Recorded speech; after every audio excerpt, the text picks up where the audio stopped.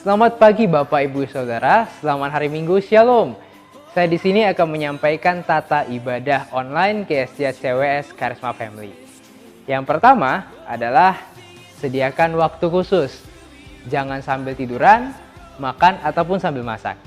Yang kedua, berpakaianlah rapi. Yang ketiga, ikutlah bernyanyi dan menyembah Tuhan. Yang keempat, baca dan dengarkan firman Tuhan. Yang kelima, kumpulkanlah persembahan ke dalam suatu amplop persembahan yang akan diberikan ketika ibadah kembali berjalan seperti biasa. Demikian tata ibadah online daripada GSJ CWS Karisma Family. Selamat hari Minggu dan selamat menikmati ibadah. Shalom, Tuhan memberkati.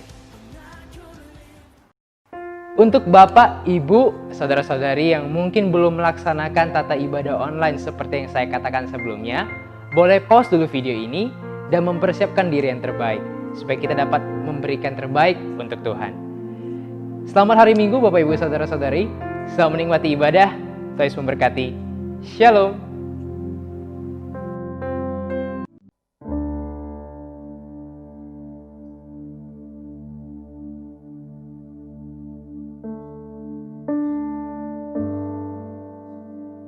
Shalom, salam sejahtera bagi kita semuanya.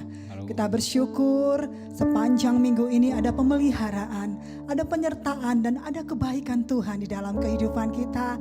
Amin. Amin. Kita bersyukur juga pada hari ini adalah hari Sabatnya Tuhan, di mana kita kembali dapat melaksanakan ibadah, sekalipun ibadah online tidak mengurangi hadirat dan kuasa Tuhan bekerja di tengah-tengah kita, di keluarga kita, di pribadi kita masing-masing. Haleluya. Mari kita masuk dalam hadirat Tuhan. Kita mulai ibadah kita. Kita siapkan hati kita di hadapan Tuhan. Terima kasih Tuhan Yesus. Kami bersyukur Tuhan pada hari ini Tuhan Yesus. Kami boleh datang kembali memuji menyembah-Mu Tuhan.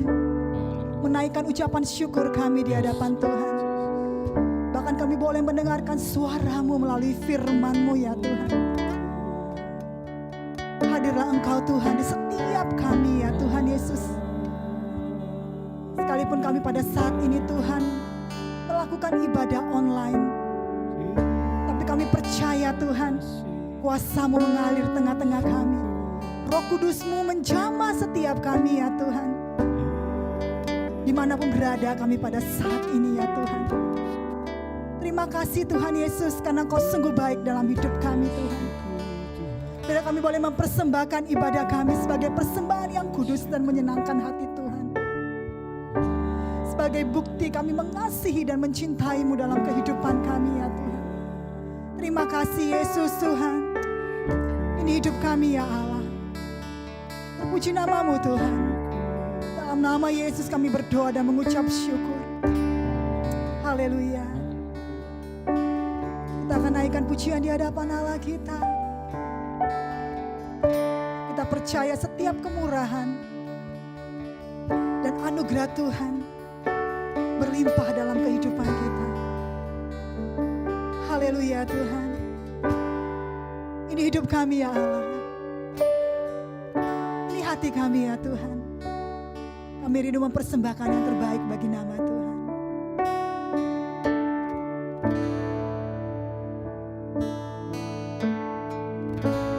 Kemurahan-Mu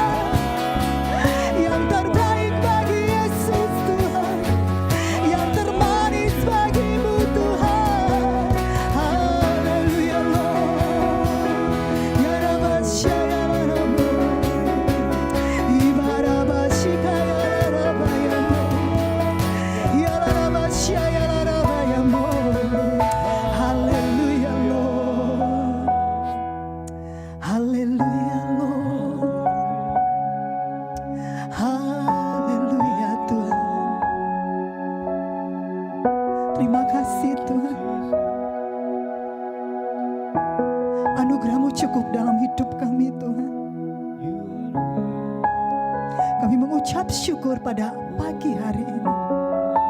Di awal ibadah kami Tuhan. Terpuji namamu yang kudus. Haleluya Bapa. Kami mau masuk lebih dalam hadirat-Mu yang kudus. Bersuka cita ya Tuhan. Menari-nari dalam hadirat-Mu. Bila Kau memenuhi kami dengan sukacita-Mu Tuhan. Di dalam nama Yesus. Haleluya. Amin. Haleluya. Shalom. Mari kita boleh bangkit berdiri bersama-sama. Dimanapun kita berada pada saat ini, kita mau bersuka cita dalam hadirat Tuhan. Sebab Tuhan sungguh baik, teramat baik dan sangat baik. Haleluya. Siap bersuka cita bagi nama Tuhan. Katakan amin. Haleluya. Terima sukacita surga.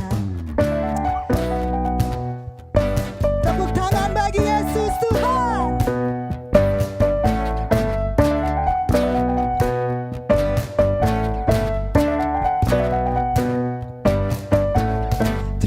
Sukacita surga, itulah kekuatan bagi jiwa.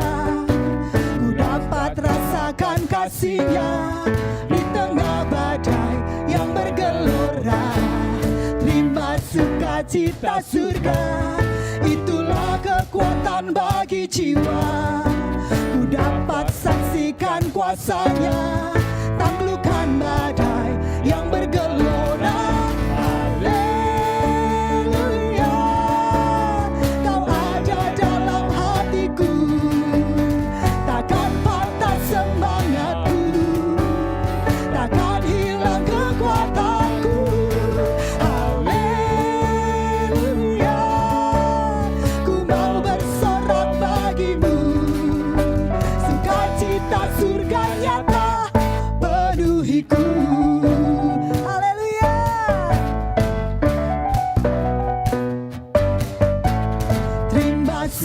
Cita surga, itulah kekuatan bagi jiwa. Dapat rasakan kasih-Nya di tengah badai yang bergelora. Terima sukacita surga, itulah kekuatan bagi jiwa. Ku dapat saksikan kuasa-Nya, taklukkan, yes, yang bergelora.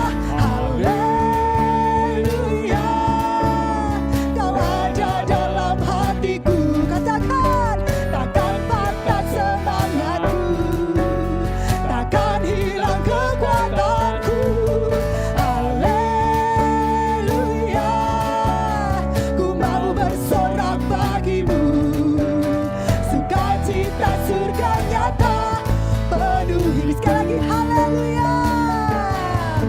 Haleluya.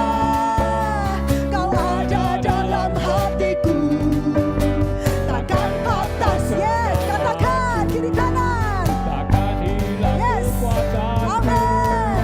Haleluya. Ku mau bersorak bagimu, sukacita surga nyata. Mari angkat tangan ke surga bersama-sama. Haleluya. Kau ada dalam hatiku, katakan. Takkan patah semangatku, takkan hilang kekuatanku. Haleluya. Ku mau bersorak bagimu, sukacita surga nyata. Lebih semangat lagi bagi Tuhan kita. Haleluya. Kau ada dalam hatiku, takkan patah semangatku, takkan hilang kekuatanku. Haleluya. Ku mau bersorak bagimu, sukacita surga nyata.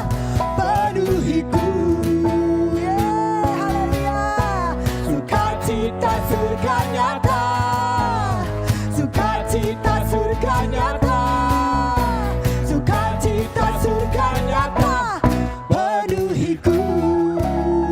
Yes, penuhlah sukacitamu di dalam Tuhan kita. Haleluya.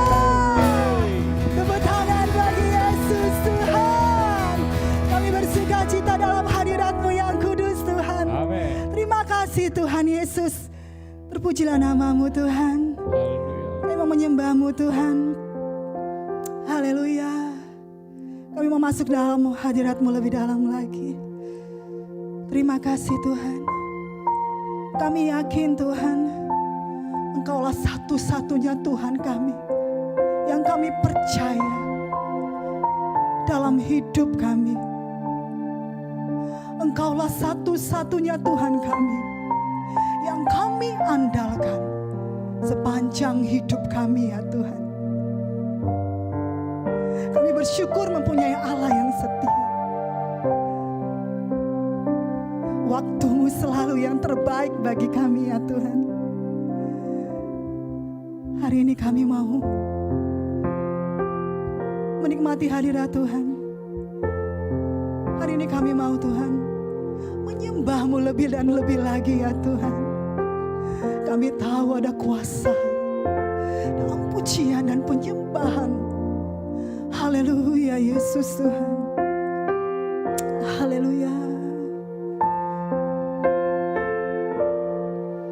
Haleluya.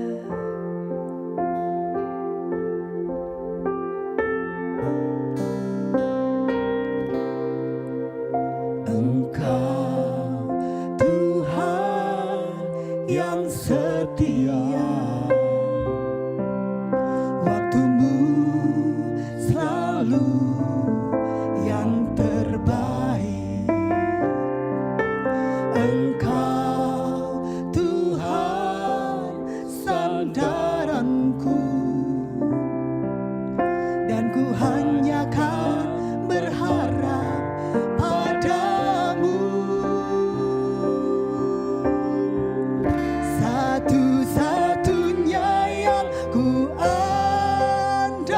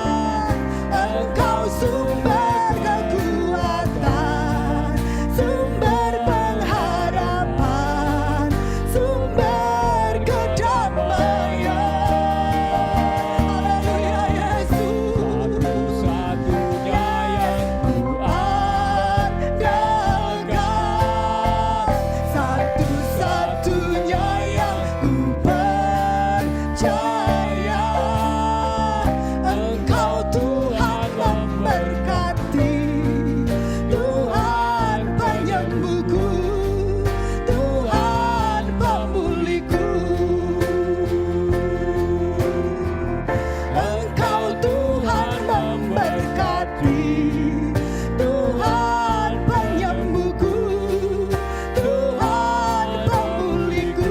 Sekali lagi, Engkau Tuhan yang memberkati Tuhan. Engkau Tuhan memberkati, Tuhan penyembuhku, Tuhan pemulihku.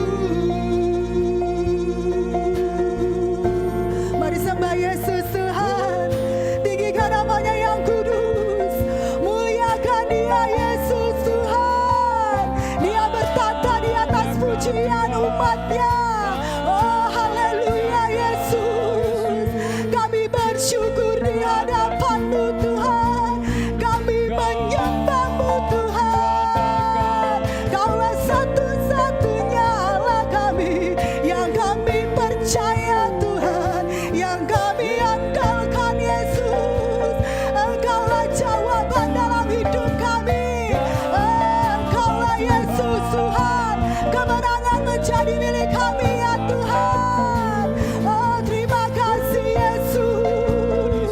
Terima kasih Bapa. Penyertaan-Mu sempurna. Kasih-Mu, kebaikan-Mu berlimpah-limpah dalam hidup kami. Sekalipun kami melewati masa-masa duka, masa-masa kekelaman dalam hidup kami, kami mau bersyukur di hadapan-Mu Tuhan. Kami katakan Kau baik Tuhan. Kami percaya Engkau satu-satunya Tuhan Allah kami. Yes, haleluya Tuhan. Ya Rabasya, ya Rabasya, ya Rabasya. Ikala Rabasya, ya Rabasya. Ya Rabasya, ya Rabasya, ya oh ya Rabasya, ya Rabasya. Ibibi ya Rabasya, taka Rabasya, ya Rabasya. Ya Rabasya, ya Rabasya, ya Rabasya.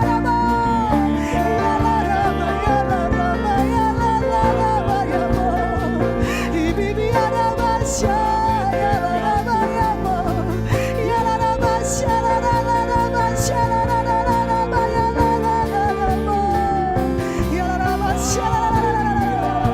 yes, Ibabasya, Rabasya, Ibiki, Rabasya, Rabaya, Rabamo. Ibasya, Taka, Rabasya, Bikala, Rabaya, Rabaya, Rabaya, Rabamo. Oh, haleluya Tuhan. Ya Rabasya, Rabamo.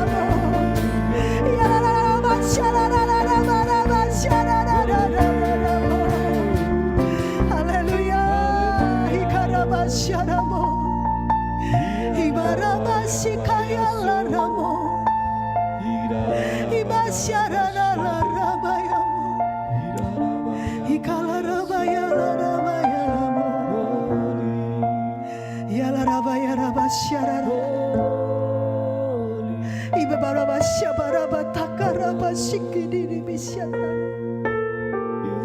Yala, Rabasyara, Ramo. Hallelujah, Lord. Hallelujah, Lord. Hallelujah. Hallelujah, Lord. Hallelujah.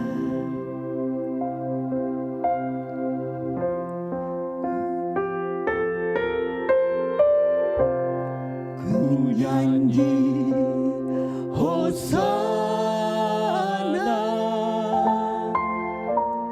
bagi Rajaku yang duduk di tahta.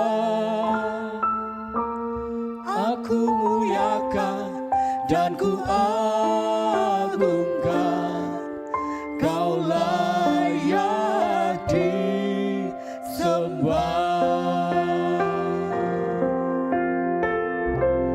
Ku nyanyi Hosana bagi Rajaku yang duduk di tahta. Aku muliakan dan ku agungkan, Kau layak disembah. Mari angkat tangan ke surga. Ku nyanyi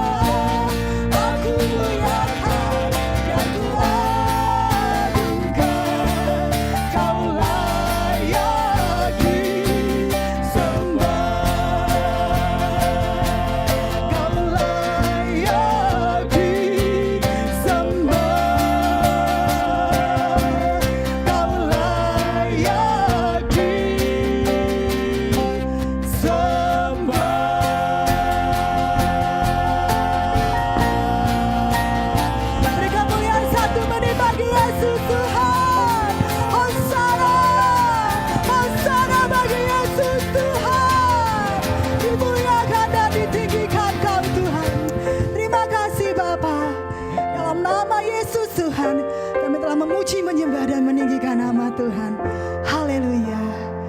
Amin.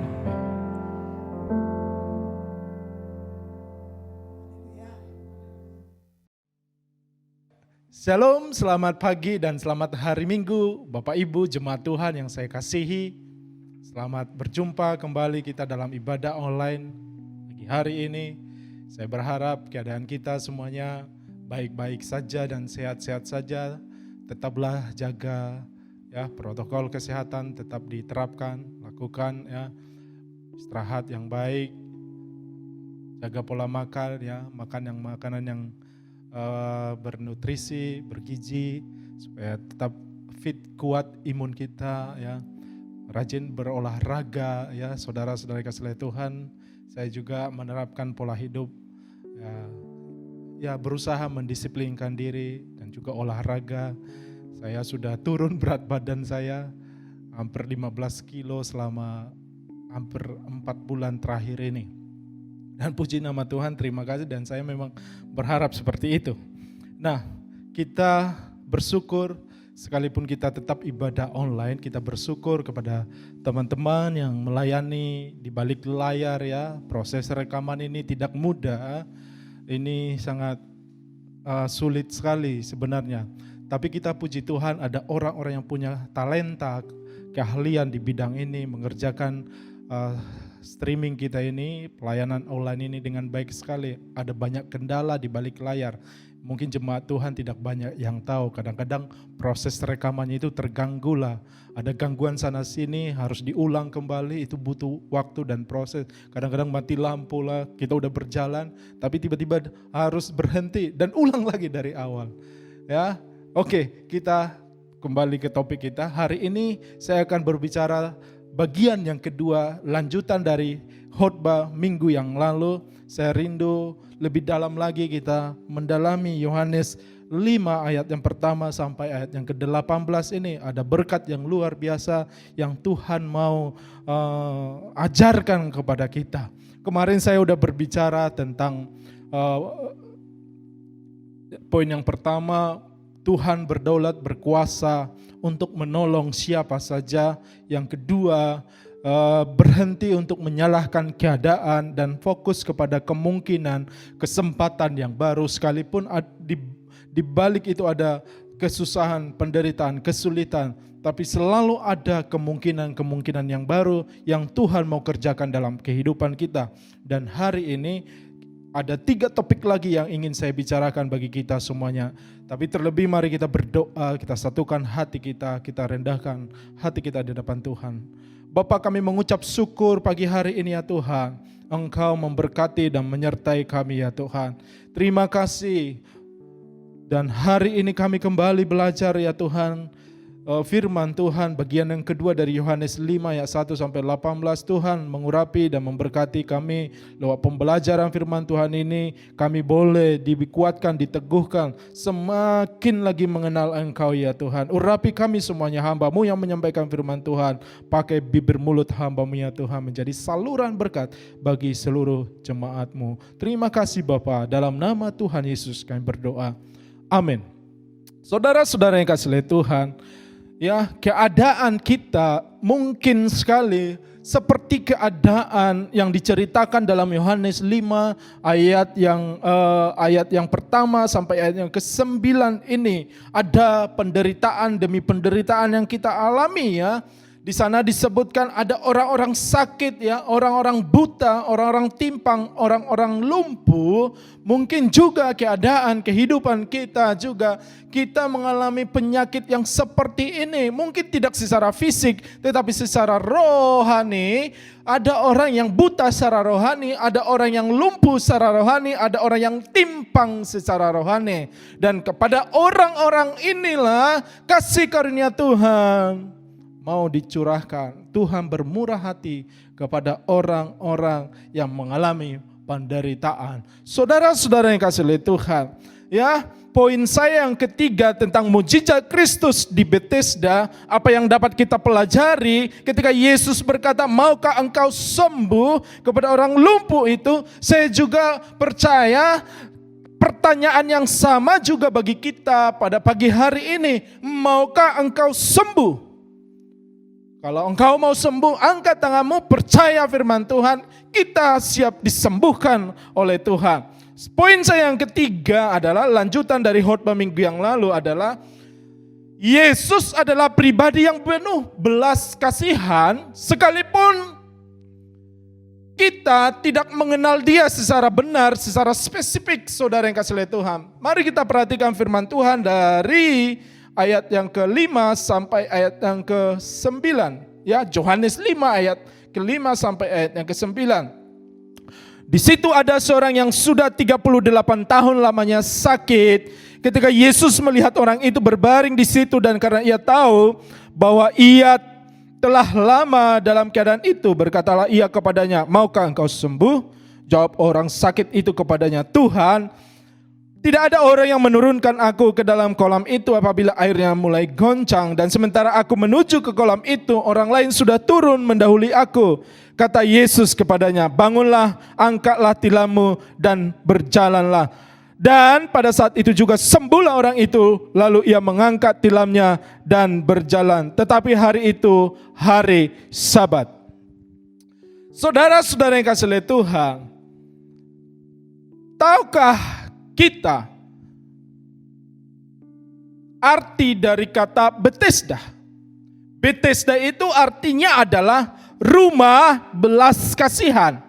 Sebab di dalamnya sering terlihat kasih setia Allah kepada orang-orang sakit, kepada orang-orang yang menderita, kepada orang-orang buta, kepada orang-orang timpang, kepada orang-orang lumpuh, kepada orang-orang yang terpinggirkan, kepada orang-orang yang terluka, saudara yang kasih oleh Tuhan. Jadi Bethesda adalah obat bagi segala penyakit.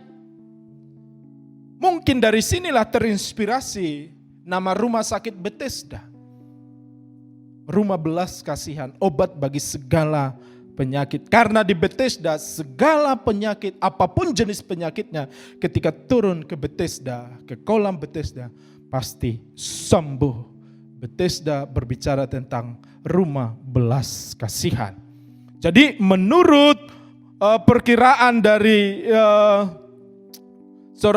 seorang ahli, seorang teolog dari Dr. Hammond, dikatakan di sana bahwa itu semua adalah rumah bagi kaum papa, ya, bagi kaum lemah, bagi kaum yang terpinggirkan, bagi kaum yang penuh dengan penderitaan yang tidak dianggap di tengah-tengah masyarakat, ya, yang cenderung tidak dipedulikan.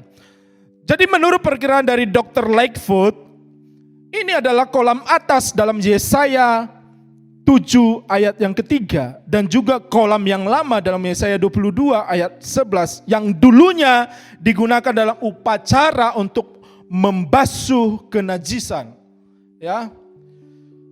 Jadi untuk memudahkan dibangunlah serambi-serambi supaya orang dapat berganti pakaian di sana. Selain hewan-hewan, mungkin membersihkan, orang-orang juga memakai kolam itu untuk membersihkan dari segala kekotoran, kenajisan di sana. Tetapi di kemudian hari, tempat itu digunakan sebagai tempat penyembuhan, menjadi sebuah kolam yang ajaib. Ya, bagaimanapun yang jelas, mujizat Kristus di Bethesda ini mengandung arti yang sangat dalam sekali.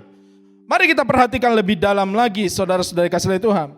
Mujizat ini merupakan tanda kehendak baik, belas kasihan Allah bagi orang-orang sakit, bagi orang-orang yang menderita, bagi orang-orang yang terpinggirkan, bagi orang-orang yang tidak dianggap, yang kurang dipedulikan.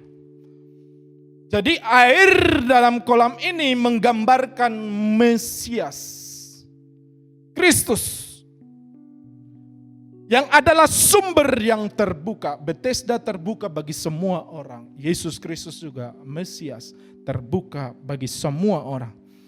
Dan memberikan harapan baru bagi banyak orang.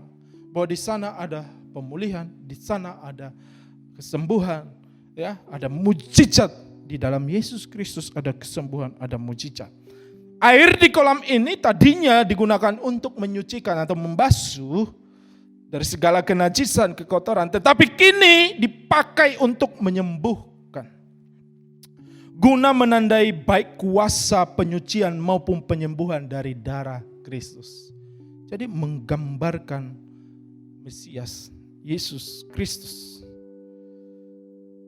Yesus memiliki kuasa menyucikan dan menyembuhkan dengan darah Yesus Kristus. Jadi yang merupakan air pemandian yang tak tertandingi yang menyembuhkan semua penyakit kita. Jadi kini kolam baptisan kelahiran baru, ya, siapa yang sudah dibaptis tempat ini? Jemaat Tuhan, Anda yang sudah dibaptis, ketahuilah saudara-saudara yang kasih oleh Tuhan, di kolam baptisan kelahiran baru yang kita pakai, ya, adalah seperti kolam Bethesda yang menyembuhkan penyakit-penyakit rohani kita, yang menyembuhkan, menyucikan, membersihkan segala kekotoran kita, kenajisan kita, ketika kita memberi diri dibaptis di dalam, ya, masuk ke dalam kolam. Kita sedang menyucikan, membersihkan segala penyakit-penyakit rohani kita. Buta rohani, timpang rohani, lumpuh rohani, kecenderungan jatuh ke dalam dosa. Bukan saja pada saat-saat tertentu, tetapi sepanjang waktu. Barang siapa yang haus, baiklah ia datang kepada Yesus, akan memberikan kelegaan, pemulihan, kesembuhan. Saudara yang kasih oleh Tuhan, jadi menggambarkan Mesias yang menyucikan, membersihkan, ya, hidup kita dari segala penyakit-penyakit rohani. Tadi sudah kita perhatikan dalam ayat 6 sampai ayat 9, Yesus melihat orang itu berbaring. 38 tahun ia berbaring. Yesus tahu betul itu. Perhatikan Bapak Ibu Saudara kasih oleh Tuhan, ketika Kristus pergi ke Yerusalem, ya, ia tidak mengunjungi istana-istana, tempat-tempat yang mewah, tetapi dia justru mengunjungi rumah-rumah sakit. Dia mengunjungi orang-orang lemah, dia mengunjungi orang-orang yang penuh penderitaan, mengunjungi orang-orang yang terluka, mengunjungi orang-orang yang orang-orang yang penuh dengan kesengsaraan, yang tidak dianggap, bahkan yang sering dicemooh. Yesus berada di antara mereka. Dalam peristiwa kolam Bethesda ini membuktikan belas kasihan Tuhan atas orang-orang ini. Ini sikap yang merendah, ya, sikap kerendahan hati dari pribadi Yesus Kristus. Yesus Kristus pribadi yang penuh belas kasihan. Sekalipun kita tidak mengenal dia dengan spesifik, tapi Tuhan lebih tahu, lebih mengenal Anda dan saudara, Anda dan saya. Tuhan tahu, Tuhan mengenal kita. Dia yang tersembunyi bagi Tuhan kita. Dia tahu kelemahan kita, dia tahu keperluan, kebutuhan kita. Dan dia ingin menaruh belas kasihannya kepada orang-orang yang terpinggirkan, kepada orang-orang yang mengalami persoalan, penderitaan, masalah demi masalah. Ya, ini rancangan yang sangat mulia sekali, memberikan harapan yang baru. Ketika Yesus datang ke dunia ini ada harapan yang baru, ya. Ini yang luar biasa saudara kasih oleh Tuhan. Ia mencari dan menyelamatkan orang-orang yang sakit dan yang terluka. Kristus senang menolong orang-orang yang tidak berdaya. Seperti saya dan saudara, kita adalah orang-orang yang tidak berdaya. Kita butuh ditolong dan ditolong oleh Yesus Kristus. Dan saya percaya belas kasihannya tercurah kepada kita. Dia punya kemurahan hati yang besar. Tak terselami kasih Tuhan, belas kasihannya. Betapa tingginya, betapa dalamnya, betapa lebarnya, betapa luasnya kasih Tuhan. Saudara-saudara kasih oleh Tuhan, ini yang menarik sekali. Yesus mengunjungi orang-orang yang terpinggirkan, orang-orang yang menderita. Itu menunjukkan belas kasihannya. Kita tahu bahwa si lumpuh ini tidak mengenal Yesus. Ketika dia ditanya, siapa yang menyembuhkan engkau? Dia bingung dan dia tidak tahu siapa yang menyembuhkan dia. Saudara-saudara kasih Tuhan, bahkan kata Tuhan yang dipakai dalam ayat ke-7 kemarin saya jelaskan adalah kata kurios, Tuhan, hanya sebatas itu. Orang yang bermurah hati, orang yang disegani atau orang yang dihormati. Tuhan mau mencurahkan belas kasihannya. Saudara-saudara yang kasih Tuhan, itu poin yang ketiga. Yesus adalah pribadi yang penuh belas kasihan. Sekalipun orang itu belum mengenalnya dengan sempurna, sama seperti kita.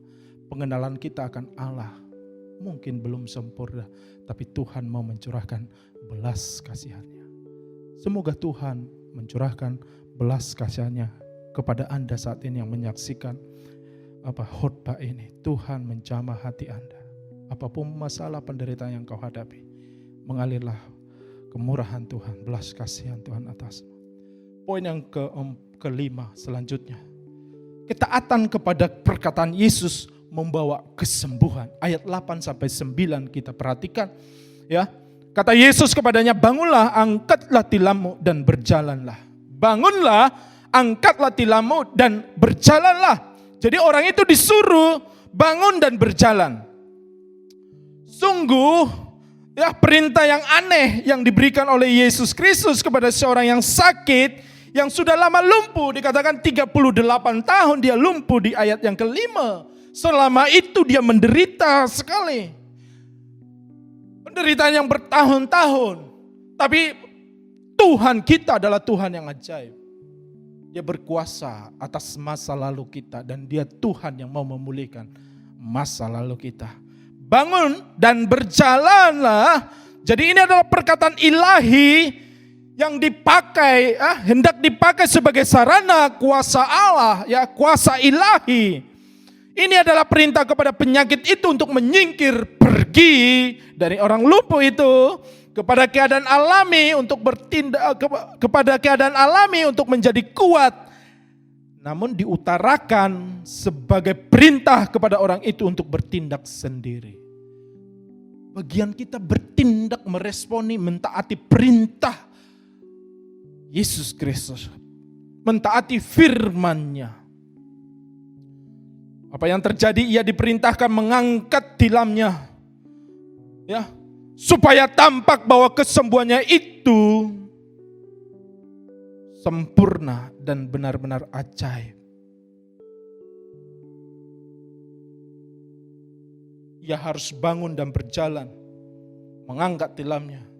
Artinya berusaha melakukannya, dan dalam usaha itu ia akan menerima kekuatan, ya, untuk melakukannya, menjadi sembuh.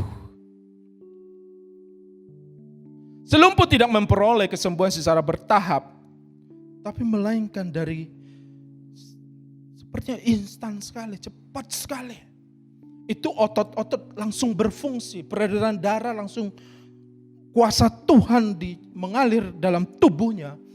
Perintah Tuhan, ya, yang penuh kuasa ilahi bekerja dalam tubuhnya sehingga sendi-sendi, ya, otot-otot, ya, aliran-aliran darah dalam tubuhnya itu bekerja begitu cepat sekali. Wah, luar biasa sekali Bapak Ibu Saudara kasih Tuhan. Betapa ajaibnya. Ini benar-benar sempurna. Kesembuhan itu sempurna dan benar-benar ajaib. Karena orang itu tidak memperoleh kekuatan secara bertahap, melainkan dari kelemahan dan kelumpuhan yang amat sangat. 38 tahun ia tiba-tiba melangkah dengan kekuatan tubuh yang pulih sepenuhnya, sehingga ia mampu mengangkat beban, mengangkat tilamnya, berjalan ke sana kemari, ya, seperti orang yang seperti kuli bangunan. Padahal baru beberapa menit yang lalu, 1 menit yang lalu, dia untuk membalikkan badannya saja dia tidak berdaya. Tapi ketika kuasa Allah, perintah Allah, dia taati, dia responi, dia lakukan. Tuhan berperkara atas hidupnya. Wah, luar biasa. Puji nama Tuhan. Tidak ada yang mustahil bagi Allah kita. Tuhan pulihkan, Tuhan sembuhkan. ia diperintahkan mengangkat tilamnya untuk mengumumkan kesembuhannya. Dan menyatakan kepada khayalak ramai. Karena pada waktu itu sedang terjadi perayaan hari raya besar orang Yahudi. Perayaan Paskah. Jadi berkumpul dari berbagai daerah di kota Yerusalem, kota raya, saudara yang kasih oleh Tuhan. Dan dia menunjukkan diri kepada khayalak ramai. Karena itu adalah hari Sabat. Siapapun yang membawa beban di jalanan yang tampak luar biasa itu akan menjadi sorotan, tontonan bagi banyak orang. Kenapa? Penulis atau Yohanes menuliskan kalimat ini di ayat yang ke-9 dan menyebutkan, tetapi hari itu adalah hari Sabat. Ada apa dengan Sabat? Kenapa Yohanes memunculkan kalimat ini? Tetapi hari itu adalah hari Sabat sebelum ayat yang ke-10. Ada artinya, saudara yang kasih oleh Tuhan. Jadi luar biasa sekali. Tiba-tiba dia bisa mengangkat tilamnya dan berjalan ke sana kemari dan menjadi tontonan bagi banyak orang yang hadir di Yerusalem. Sehingga setiap orang akan menanyakan apa maksudnya dengan berbuat demikian. Perhatikan, dengan cara ini berita tentang mujizat kesembuhan yang dialami si lumpuh ini akan tersebar luas demi kemuliaan Allah. Memang seketika Yesus meninggalkan si lumpuh itu. Kalau kita baca ayat 11, 12. Ketika ditanya siapa yang menyembuhkan engkau, dia bingung. Tahu, Yesus pergi. Ini menjadi pelajaran bagi kita. Yesus tidak mau menjadi apa? Dia pribadi yang humble, yang rendah, tidak mau dipuji. Akan ada dua kubu, satu akan ada orang yang menentang, satu akan ada yang memuji dia. Demikian juga dalam hidup kita. Kita harus hati-hati dengan pujian, bahkan dari orang-orang juga yang menentang kita. Lebih baik menyingkir sementara. Ya, biarlah mujizat itu yang berbicara untuk kemuliaan Tuhan. Saudara yang kasih oleh Tuhan, ini hal yang luar biasa. Jadi dengan cara itu, Kristus memberikan kesaksian melawan kebiasaan para tua-tua yang telah menambah-nambahi hukum Taurat tentang hari Sabat melebihi tujuannya yang semula. Selain itu, ia juga menunjukkan bahwa dialah Tuhan atas hari Sabat dan memiliki kuasa untuk membuat perubahan sekehendak hatinya serta menguasai hukum itu. Yosua dan umat Israel berbaris mengelilingi Jeriko pada hari Sabat. Ya, ketika Allah memerintahkan hal itu kepada mereka, demikian pula orang ini, si lumpuh yang sudah sembuh, ia mengangkat tilamnya karena mentaati perintahnya. Mungkin saja mengangkat tilam pada hari Sabat membuat tugas itu menjadi suatu kebutuhan atau rahmat. Tetapi lebih dari itu adalah perbuatan saleh, ketaatan karena dimaksudkan untuk kemuliaan Allah. Dengan cara ini, ia menguji iman dan ketaatan orang yang sakit itu. Dengan mengangkat tilam di depan umum, ia sedang memperhadapkan dirinya pada penghakiman pengadilan agama. Karena mengangkat beban itu dilarang oleh peraturan-peraturan, oleh hukum-hukum Taurat, saudara kasih oleh Tuhan. Itu dilarang, tidak boleh. Ya, dan setidaknya akan dikenai hukuman. Dirinya akan dianiaya atau bisa dilempari dengan batu. Karena dia melanggar hukum-hukum, peraturan-peraturan yang sudah ditetapkan. Bisa dipukul di rumah ibadah. Kenapa? Apakah ia bersedia menanggung bahaya ini demi ketaatannya kepada Kristus? Ia bersedia. Selalu ada risiko memang untuk mendapatkan kesembuhan itu. Tapi dia lebih taat kepada perintah Yesus daripada taat kepada peraturan-peraturan agamawi. Ia bersedia. Tapi puji Tuhan, dia tidak sampai dipukul, tidak sampai dilempari. Tuhan melindungi dia. Akibat dari perkataan ini, ayat 9, Kuasa ilahi menyertai perkataan itu, dan saat itu juga sembuhlah orang itu, lalu ia mengangkat tilamnya dan berjalan. Ia merasakan kuasa perkataan dari Yesus Kristus. Kuasa perkataan itu menyembuhkan dirinya, saat itu juga sembuhlah orang itu. Betapa mengejutkan sekali dan menyenangkan sekali mujizat ini bagi orang yang lumpuh, yang malang selama 38 tahun menderita, mendapati dirinya pulih dan kuat secepat itu. Begitu mampu menolong diri sendiri dalam sekejap, ia sudah memasuki kehidupan yang baru. Ini berarti tidak ada yang mustahil bagi Kristus. Tidak ada hal yang terlampau sulit bagi Kristus. Dia memulihkan, menyembuhkan, selumpuh begitu cepat sekali. Saudara-saudara yang kasih oleh Tuhan, ketaatan dia, respon dia yang benar terhadap perkataan Yesus Kristus membawa pemulihan dan kesembuhan padanya. Wah, luar biasa sekali.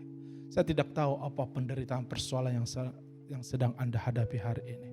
Mari meresponi firman Tuhan, perkataan Tuhan dengan baik, dengan benar.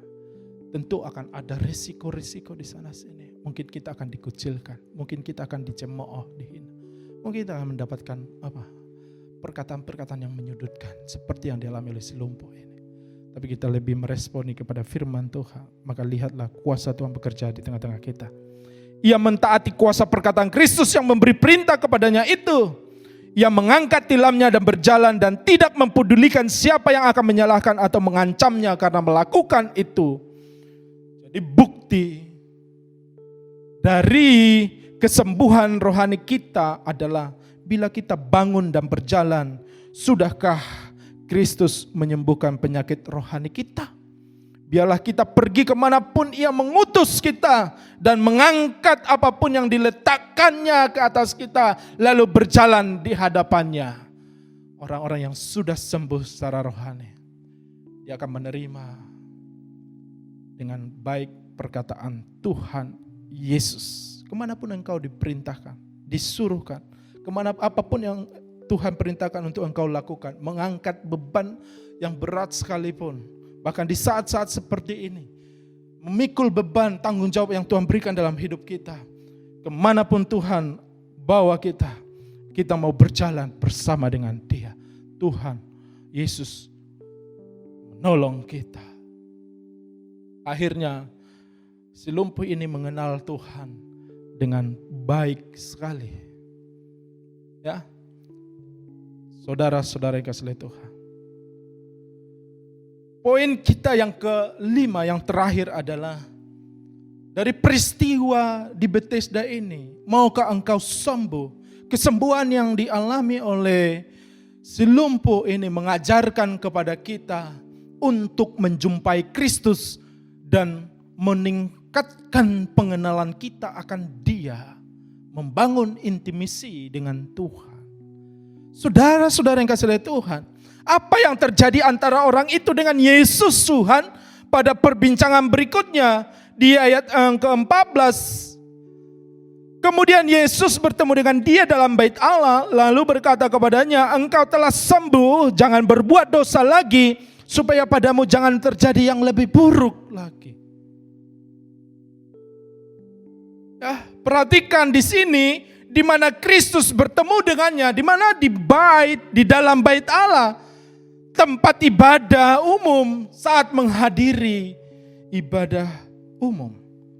Kita boleh berharap menjumpai Kristus dan meningkatkan pengenalan kita akan Dia.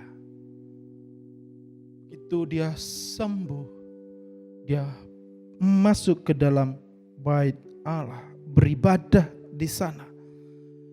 Perhatikan, orang yang telah disembuhkan itu, si lumpuh yang sudah sembuh itu juga pergi ke bait Allah.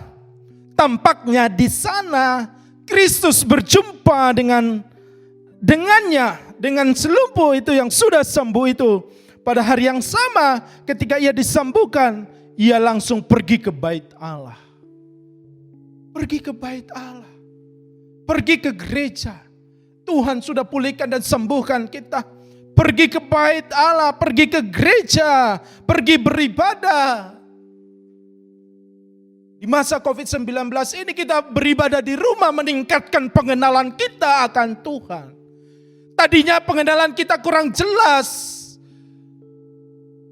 Mari kita tingkatkan pengenalan kita yang lebih dalam lagi dengan Yesus Kristus. Si lumpuh tadinya tidak mengenal Yesus Kristus, dia hanya mengenal sebagai Tuhan, orang yang bermurah hati, orang yang penuh dengan kebaikan hati. Tapi hari itu ketika dia bertemu Yesus di bait Allah, pengenalan dia berubah. Dan itu adalah kebahagiaan yang luar biasa. Pengenalan kita bertambah meningkat. Si lumpuh yang sudah sembuh, pengenalannya bertambah meningkat. Ya. Mungkin karena sudah lama sekali, selama 38 tahun dia tadinya berbaring, lemah, lumpuh. Boleh jadi, ya, karena sudah 38 tahun lamanya ia tidak pernah ke sana, ke dalam mengunjungi rumah Tuhan, bait Allah, mengunjungi gereja. Dan oleh sebab itu segera sesudah bebannya terangkat, ya, dia disembuhkan, dia dipulihkan. Kunjungan pertamanya, perhatikan, kunjungan pertamanya adalah ke bait Allah. Hampir sama dengan Raja Hizkia dalam Yesaya 38 ayat 22. Raja Hizkia berdoa dan memohon belas kasihan Tuhan. Tuhan sembuhkan dia, Tuhan pulihkan dia. Dikatakan di ayat 22, ya, Yesaya 38 ayat 22, apakah yang akan menjadi tanda? Dikatakan bahwa aku akan pergi ke rumah Tuhan. Mungkin hari ini engkau berjanji, kalau Tuhan tolong saya akan lebih sungguh-sungguh lagi mengenal Tuhan. Kalau Tuhan tolong saya, kalau Tuhan pulihkan keadaanku, aku akan beribadah lebih sungguh-sungguh kepada Tuhan. Beribadahlah sungguh-sungguh.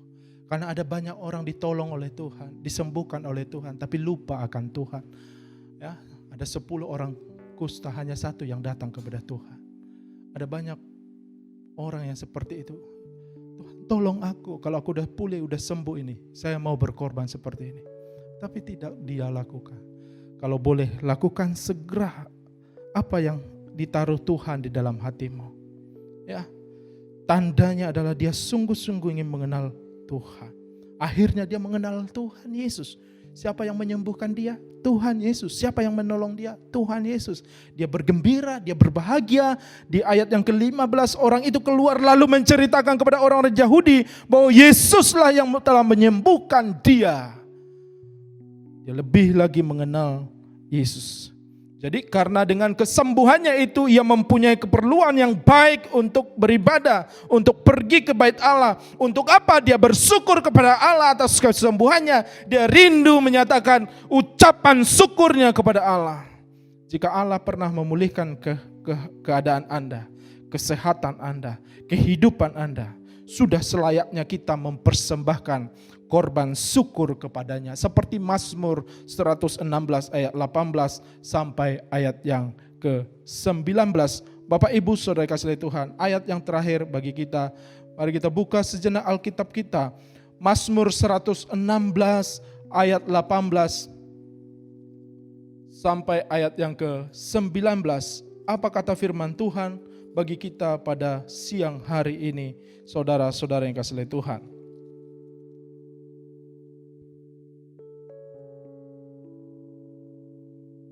Aku akan mempersembahkan korban syukur kepadamu dan akan menyerukan nama Tuhan. Akan membayar nazarku kepada Tuhan di depan seluruh umatnya, di pelataran rumah Tuhan di tengah-tengahmu, ya Yerusalem. Haleluya. Semakin cepat semakin baik saat rahmat itu masih terasa segar. Ya, saat kemurahan belas kasihan Tuhan itu masih segar, masih menyala-nyala. Roh kita masih menyalanya, kita harus lebih sungguh-sungguh datang kepada Tuhan. Saudara-saudara yang kasih Tuhan, ini hal yang menarik dari peristiwa yang terjadi di Bethesda. Apapun persoalan masalah kita hari ini, Mari kita datang lebih mengenal Tuhan Yesus Kristus. Tuhan berkata kepada si lumpuh, pergilah, jangan berbuat dosa lagi, supaya tidak terjadi hal yang paling buruk kepadamu. Saudara-saudara yang kasih Tuhan, jangan menganggap remeh. Mungkin si lumpuh berkata, aku sudah menderita 38 tahun. Mungkin itu adalah hukuman dari Tuhan. Tapi ingat, ada hukuman yang lebih berat lagi, yaitu neraka, api neraka. Itu lebih buruk lagi. Ya, mungkin engkau menderita selama ini, tapi mari kita tingkatkan pengenalan kita akan Tuhan lebih dalam lagi, dan jangan berbuat dosa lagi. Kita diselamatkan, kita diluputkan. Saudara-saudara yang kasih Tuhan, terima kasih Tuhan Yesus memberkati kita semuanya. Haleluya. Mari kita satukan hati kita merendahkan hati di depan Tuhan. Dari firman Tuhan dalam 2 minggu ini engkau dengarkan, saudara-saudara, mana yang menjadi rema bagimu, menjadi kekuatan yang baru bagimu. Mari tenangkan hati dan pikiranmu. Saat ini engkau sedang menderita dalam hal apa? Engkau sedang mengalami pergumulan persoalan di bidang apa? Engkau sedang mengalami kebutaan, ketimpangan, kelumpuhan secara rohani di bagian yang mana? Hari ini mari datang dan merendahkan hati kepada Tuhan. Tuhan berkuasa berdaulat untuk menolong siapa saja. Berhenti menyalahkan keadaan dan fokus kepada Tuhan yang memberikan kesempatan yang baru. Tetap optimis, tetap ada kesempatan di balik kesempitan. Sekalipun ada persoalan, Tuhan ada atas kita. Yesus Kristus ada pribadi yang penuh belas kasihan. Sekalipun pengenalan kita akan Yesus itu kurang spesifik, belum begitu benar, tapi Tuhan mau mencurahkan belas kasihannya atas kehidupan kita. Diberkatilah engkau, ditolong Tuhanlah kehidupanmu saat ini. Seluruh jemaat Tuhan, mari kita lebih giat lagi mentaati, mendengarkan firman Tuhan, perkataan Tuhan, lebih taat kepada perkataan Tuhan, dan lihatlah kuasa Tuhan bekerja di tengah-tengah kita. Dan jangan lupa firman Tuhan hari ini mengajar kita seperti si lumpuh yang pergi ke dalam bait Allah untuk beribadah, untuk lebih mengenal Tuhan. Akhirnya dia berjumpa dengan Kristus di bait Allah dan dia berbahagia dan bersukacita. Lewat ini juga mari kita lebih membangun hidup untuk mendekatkan diri, membangun pengenalan yang benar akan Tuhan. Percayalah, Tuhan mengasihi kita semuanya. Haleluya. Tuhan memberkati jemaat. Saat ini juga Tuhan memulihkan keadaanmu, Tuhan menyembuhkan engkau, Tuhan menyatakan kuasanya yang hebat. Tidak ada yang mustahil bagi Yesus Kristus. Haleluya. Tuhan memberkati kita semuanya. Amin. Mari kita mengangkat tangan kita dan menerima berkat yang daripada Tuhan. Tuhan memberkati engkau dan melindungi engkau. Tuhan menyinari engkau dengan wajahnya dan memberi engkau kasih karunia. Tuhan menghadapkan wajahnya kepadamu serta memberi engkau damai sejahtera.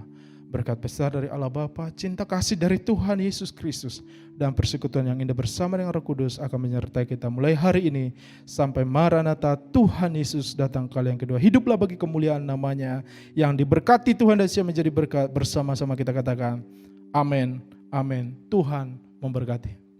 Cita surga, itulah kekuatan bagi jiwa. Dapat rasakan kasih-Nya di tengah badai yang bergelora. Terima sukacita surga, itulah kekuatan bagi jiwa. Ku dapat saksikan kuasa-Nya, taklukkan